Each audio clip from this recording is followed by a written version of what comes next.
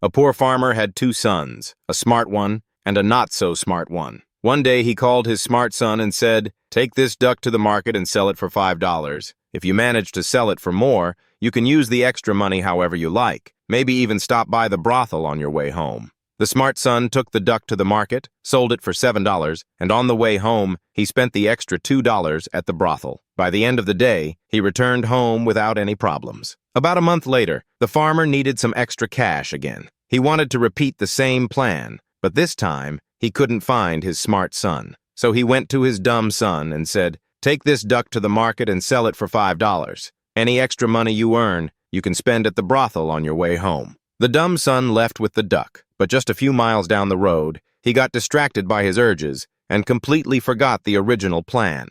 Instead of heading to the market, he went straight to the brothel. When he arrived, the lady in charge asked, "How do you plan to pay?" He replied, "I've got this duck." She thought it over and shrugged. "Why not?" She took him into the back room and they ended up having wild, amazing fun. Afterward, she said, "That was incredible. We should do this again. I'll even let you keep the duck." The son happily agreed. Tired but content, he started driving home. On the way, the duck got spooked, flew out the window, and straight into the path of a passing semi. The truck driver immediately pulled over, as did the son. "I'm so sorry," said the driver. "Your duck got killed. It all happened in a flash. Please, take $15 for your troubles." The son happily accepted the money and went home. His father asked him, "How much money did you make today?" The son proudly emptied his pockets and showed him $15. The farmer was stunned and asked exactly what happened. The son replied with a grin, "Well, I got a fuck for a duck for a fuck, and $15 for a fucked up duck."